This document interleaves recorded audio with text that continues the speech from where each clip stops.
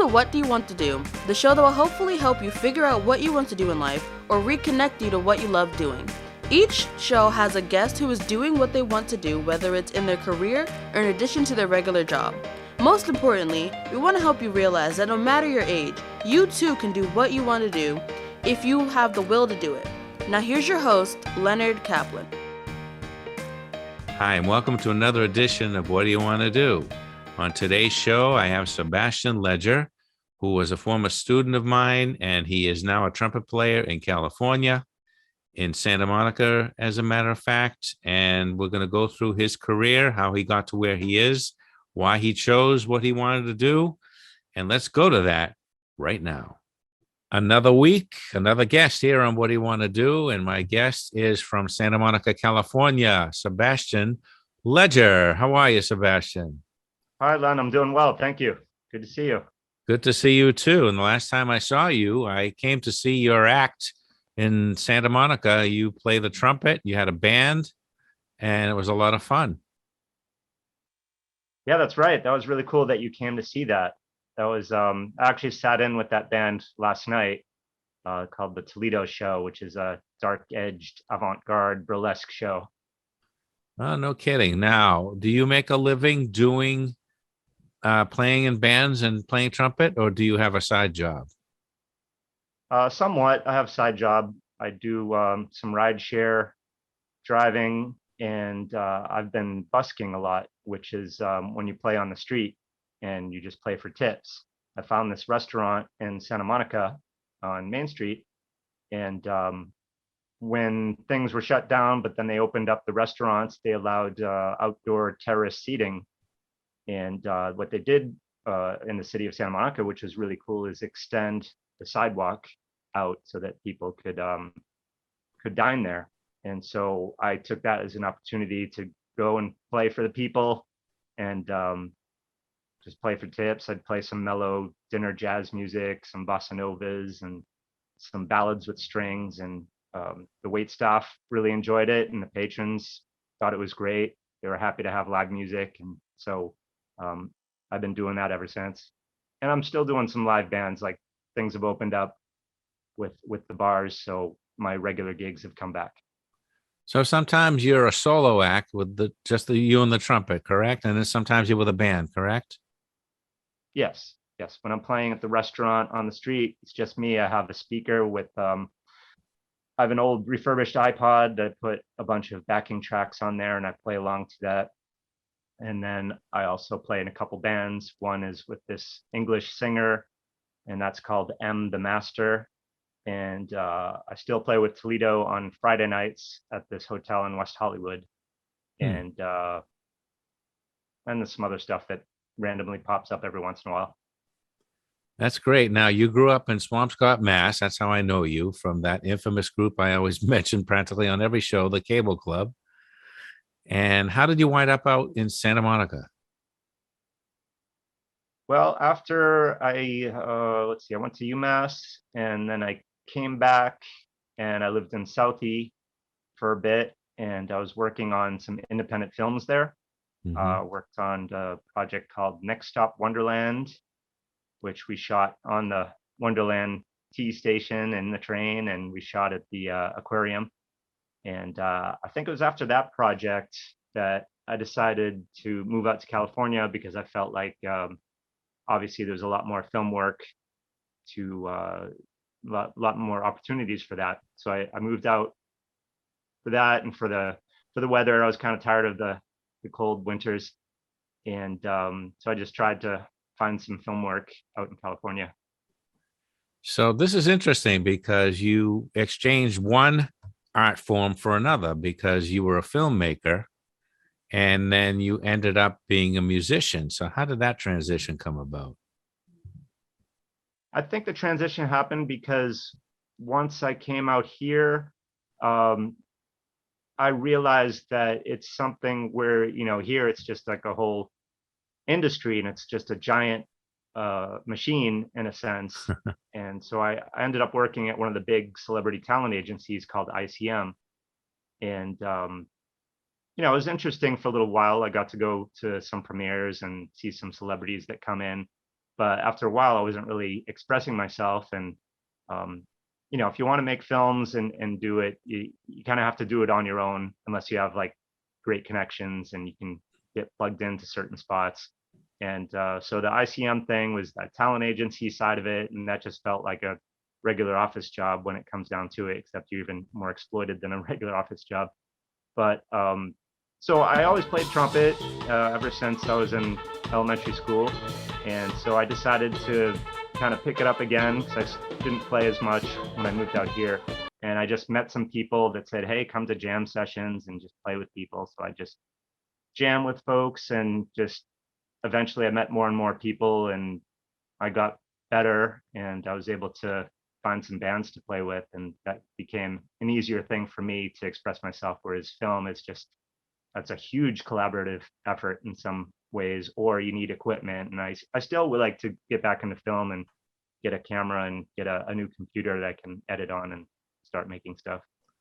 Well, you could do something on the world of music and your experiences with your band, and do you travel around a lot? Not too much. The last trips I've done were a couple of weddings in Scottsdale, Arizona, Mhm. and I did something in Las Vegas with a Temptations tribute band. Mhm. And but I haven't done any big tours or anything. I haven't done any national tours or anything in Europe, but I'd love to do that at some point if the conditions were right. Sure. That sounds really fascinating. So, how did you know that you were good enough to play out? When did you make that decision? I think I didn't really know. I was kind of just full of so much enthusiasm at the time. I felt like I was pretty good, because in high school I was decent playing in the bands at Trumpet. Mhm. But just coming out and uh, playing with people, I realized I did have a lot of limitations, because I didn't have that much private formal training. Mhm. I kind of just played in the bands, and so my sight reading for sheet music was not great. Like a lot of the great jazz session players here, they sit down and they read something they've never seen before and do a recording session, and so that takes a lot of discipline. And I didn't really have that, but I had just the enthusiasm and energy. And when I saw, actually one of the first bands I saw out here was the Toledo show, which was that show that you came to see, and I was just blown away. And I just felt like I have to play with this band and be a part of it. And Mhm. the Toledo, the lead singer, was nice enough to allow me to just sit in and express myself. And just the more I started playing with all these bands, the more I improved, and then my confidence was gained.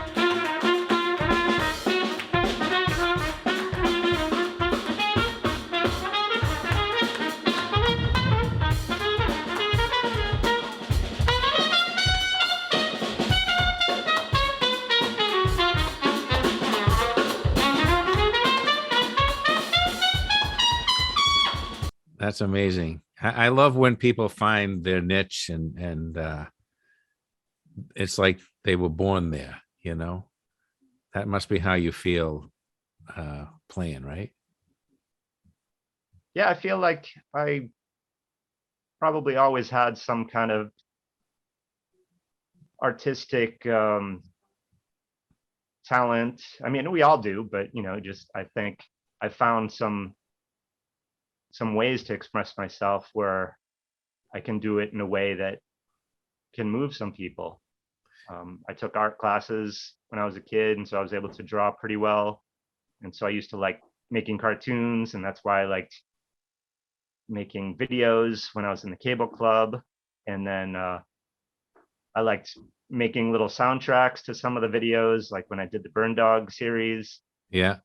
Um, so with music, that was just another way to express myself. And so I felt like um, it's good that I was able to, it was one of those things where you just have to keep at it. Like the theme of your vlog or podcast is to do what you want to do. So if you have some kind of talent and um, you just got to stay with it. And even if you have to slog it out in some job you don't really like, or have to do some other things, you have other responsibilities, but you should always pick up your instrument and play with it every once in a while, or draw whenever you can, just like rekindle that artistic spirit that you have.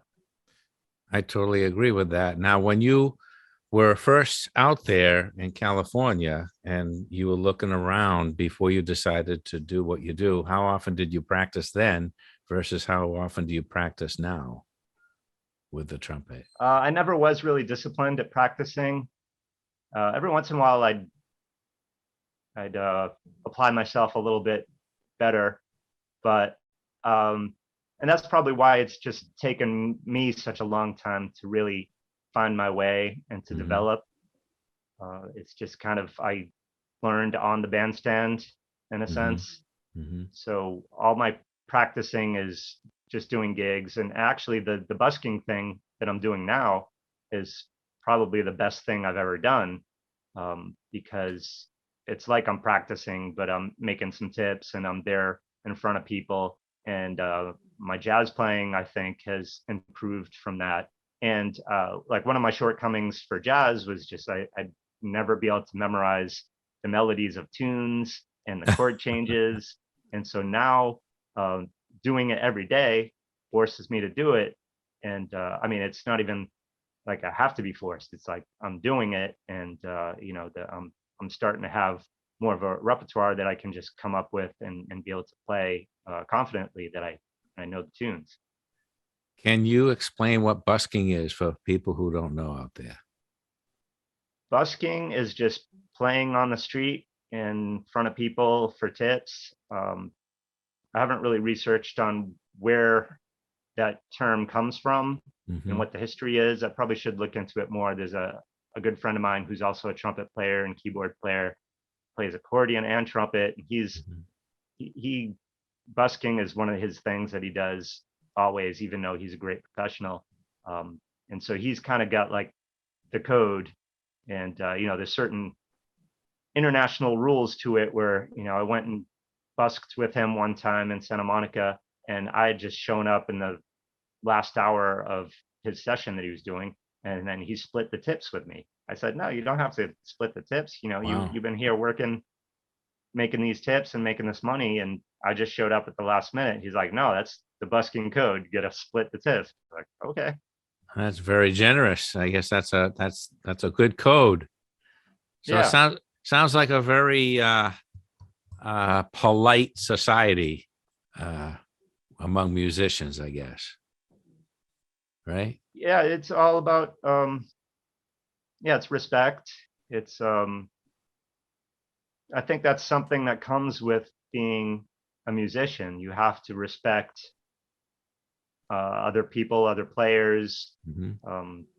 When you're playing jazz, you have soloists that take turns, and everybody gets to chance to say what they want for a chorus, a couple choruses, or however long they want to do it. And there are just so many lessons in music as far as cooperation and harmony, of course. Now, do you play a lot with other trumpeters and have your own little brass section in certain instances? I don't play that often with other trumpeters. I did have this opportunity one time when I went to Santa Monica College for a music program, and the Red Cross called up the college to see if they had any trumpet players that would be willing to do a fanfare for them for one of their events. Hmm. And so I answered the call, and they just said, we want to have as many trumpet players together to do this fanfare. And so I just called up all these trumpeters that I know, and I think I got like 12 the first time, and we Hmm. played like the Olympic theme fanfare, and uh, Wow. forgot what else I found, but I found some other cool stuff, and that was really impressive because we did that to do a, you know, kind of like a regal call for people to stop talking at the convention or the dinner party for whenever people were going to speak. So it'd be like da, da, da, da, da, and then okay, we have a speaker, and so we would just kind of be there the whole night to herald in the next speaker. That's great. That's very impressive, I think, to the people and inspiring to people who are about to speak to have that, especially live, you Yeah. know.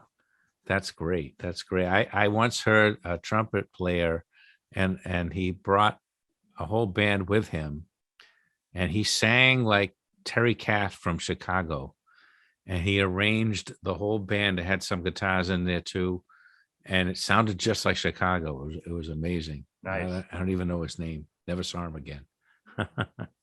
Yeah, I forgot. I also do have some other opportunities where I play with other trumpet players when it's in a big band setting.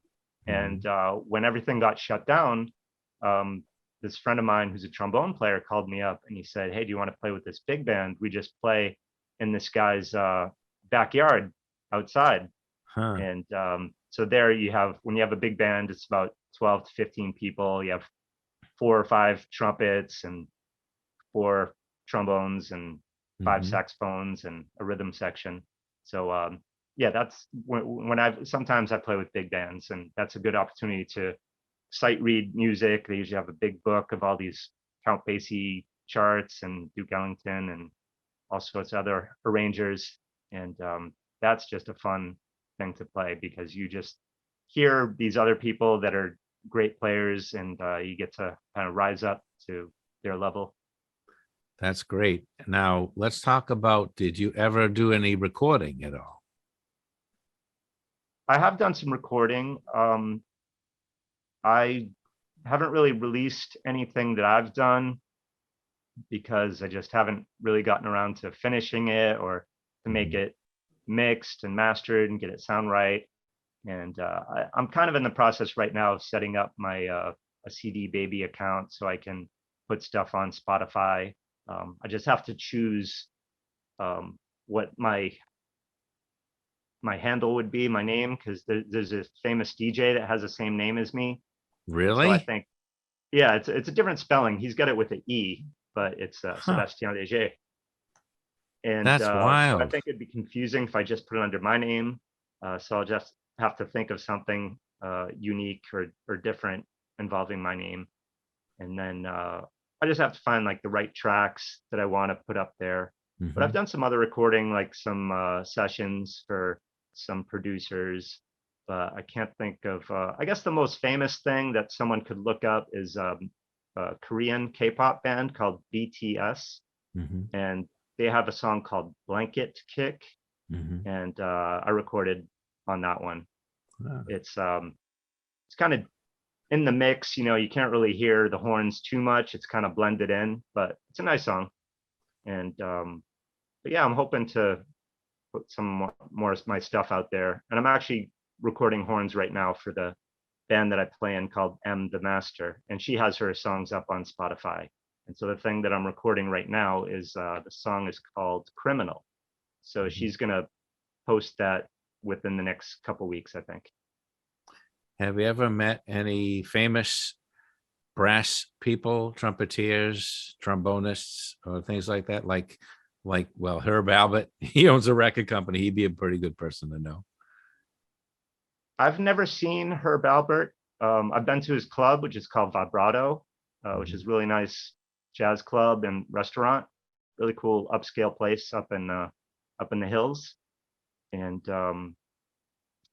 let's see, I've seen Roy Hargrove play, and I've seen Arturo Sandoval play, Mm. and I know people that know him, but I can't think of any famous players that I've met. I probably have, but I'm either not remembering it or maybe I didn't realize that I did. That's okay. That's fine. Now, explain the life of a musician, the hours that you have to put in. You're a night person, I would imagine, because you do everything at night, right? Yeah, as far as like kind of a bar musician, which Mhm. is kind of what I am. I'm kind of like a playing the nightclubs and bars type of musician at this point, so that I am a night person. The bars here close around 2 o'clock. Hmm. Last calls at 1:30.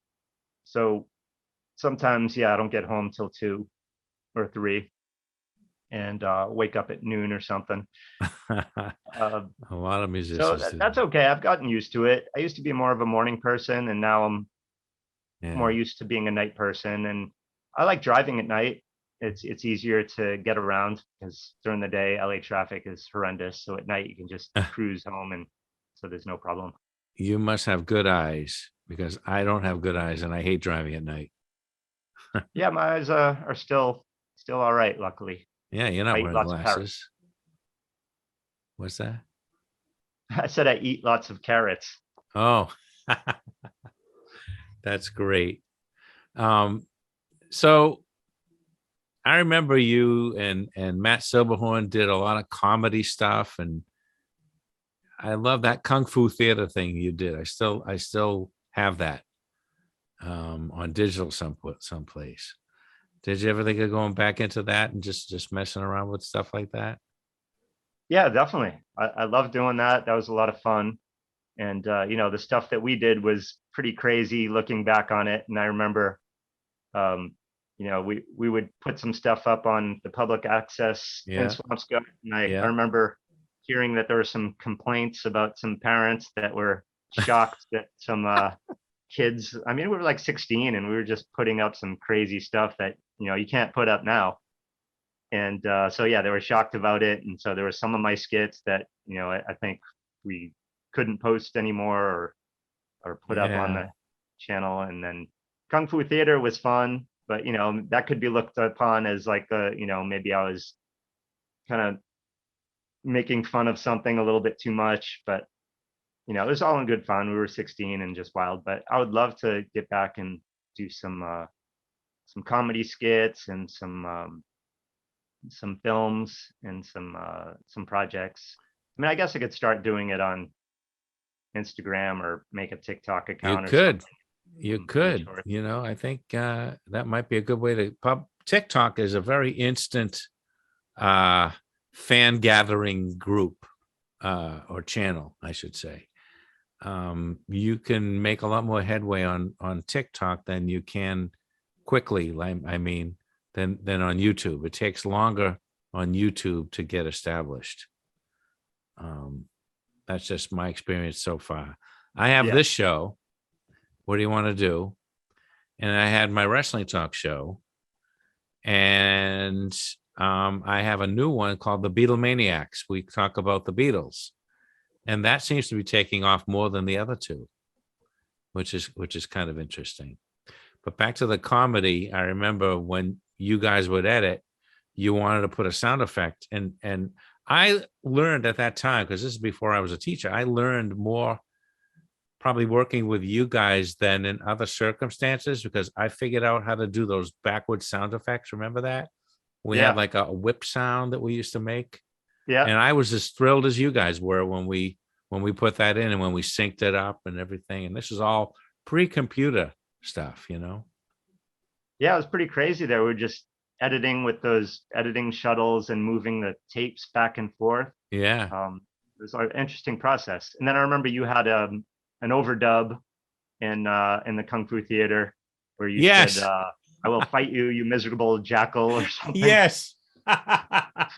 I forgot about that. Oh, geez, I got to dig that up. That's so funny. Lots of fun. Lots of fun. And, as usual, I say it to every Cable Club member who's a guest on this show, you're one of a very amazing group of people that came out of that room. Just all happened to gather together and not all at the same time, but and I get a kick out of it when I see where you guys, like you're in an art, you're out in Hollywood and Santa Monica, and you're playing music, and that's thrilling because there are so many of us that don't get to do that or don't make themselves able to do that, Yeah, So definitely. It's nice to be able to look back, zoom out, and kind of realize that you know what you're doing is pretty cool, and what you're doing is cool too. So we all have to kind of reflect on what we're doing, and realize that we're probably, even if some of us aren't involved in something that's cool, start something. And if you're bored with it, kind of spice it up somehow. well, that's the thing, because you don't have to make a living at something to enjoy doing it. It's like if you have a hobby like painting or anything like that, you do it for yourself more than. It's nice when people appreciate it, but if you stifle that part of yourself and don't let yourself do it, or you exhaust yourself at work doing something that you don't like and you don't get to do it on the side, that's very demoralizing. And I think art saves people's lives, if I can be that dramatic. I really do, because it gives you hope that there's other things. I'm not just a cog in the wheel. I am a creative person, however you want to express it, visually, auditorily. It's just a part of you that you're born with, I think. Yeah, I agree. It's definitely better to do it for yourself. And if you do have ambitions of achieving higher notoriety, then Mhm. that's great. But you have to be your own critic first, and perfect something, or even if it's not perfect, just do it because Yeah, you enjoy doing it. And then the perfection will come with practice, and the 10,000 hours thing. definitely. Did you read The Outliers? I haven't read that. I Yeah, should check that out. Malcolm Gladwell. I think that's where that quote comes from, Oh, that's unless. right. Yeah, I read his other book, The Black Swan or something. Okay. Anyway, so we're coming to the end of our interview, and I want you to leave a message for all the people who maybe they want to do what you do, or a semblance of what you do. And what would you tell these people who want to pursue any art, whether it's a hobby, whether it's for a living, whether it's part-time? What's your advice, Sebastian? I would say just keep going at it, keep doing what you love. And a lot of times people that say, oh, they used to play an instrument, or they used to do this or that, and they they feel like they lost it somehow. I don't think it's ever lost. It's just as easy to pick something up. Even some people that come up to me and say, oh, I used to play trumpet, and it's like, I think people should rekindle their artistic enthusiasm. I think it's really important that we just express ourselves more. And it seems like things are getting more and more stifled in some way. That there needs to be some kind of renaissance where everybody is just participating, and it's not relegated to just the professionals and the people that are experts. I think we all have a voice, and we all have talent. We all have some kind of artistic merit that needs to be expressed. I love that, Sebastian, because that's so true. It's just so many people either think that they outgrew it, or maybe their spouse doesn't like it and they think that they'll meet other competition, maybe, and don't let them do it or something. Or notice I said spouse, because it could be man or woman. If the woman's a performer, the husband might be jealous too. So out there, don't think I'm chauvinist here. So yeah, it's people do talk about it in the past tense a lot, and you see that a lot the older a person gets. And I'm determined not to ever become that. And I'm doing a recording right now. I wrote a song about my father, even though I haven't had my father around me in 41 years. He passed away when he was like 55. And I'm writing a song. It came to me on the anniversary of when he passed away. Right, it Oh, just wow. came to me. So I'm doing it on piano, and I'm doing it on guitar, and seeing which one it works on better. If I record it, or when I record it, I will send you a copy. Yeah, I'd love to hear that. So anyway, well, thank you very much for coming on What Do You Want to Do, Sebastian? It's great to see you, and I hope I see you again in person, playing when I'm out there again sometime. Thanks, Len. It was a pleasure. Yeah, I look forward to seeing you too. Hopefully you can come see a show if you come out, or if I come out to Massachusetts and do something, I'd let you know. Oh, definitely do that. So now, for those out where you live near Santa Monica or wherever you play, you can right now give them where are you going to be? What are you going to be doing? Right now, I'm playing at Chinois on Main and Hill in Santa Monica on Wednesday nights, 7 to 10, Thursdays. Fridays, I play at Le Petit Hermitage Hotel in West Hollywood on the roof. Saturdays, I'm Le Petit Hermitage. Sundays, Le Petit Hermitage. Every other Monday in Toluca Lake with M the Master. And Tuesdays at Harvell's in Santa Monica with M the Master. That sounds like a full schedule. What about the busking? Do you do that anymore? That's what the Chinois restaurant thing is. That's the busking Okay. gig. That is busking. Okay. Well, Sebastian Leger, thank you very much for joining me on What Do You Want to Do? And I hope to see you. And that was my interview with Sebastian Leger. He's doing quite well for himself. Really proud of the guy. He's doing what he loves. And what's better than that? So until next time with another guest, I'm Leonard Kaplan saying so long. And what do you want to do?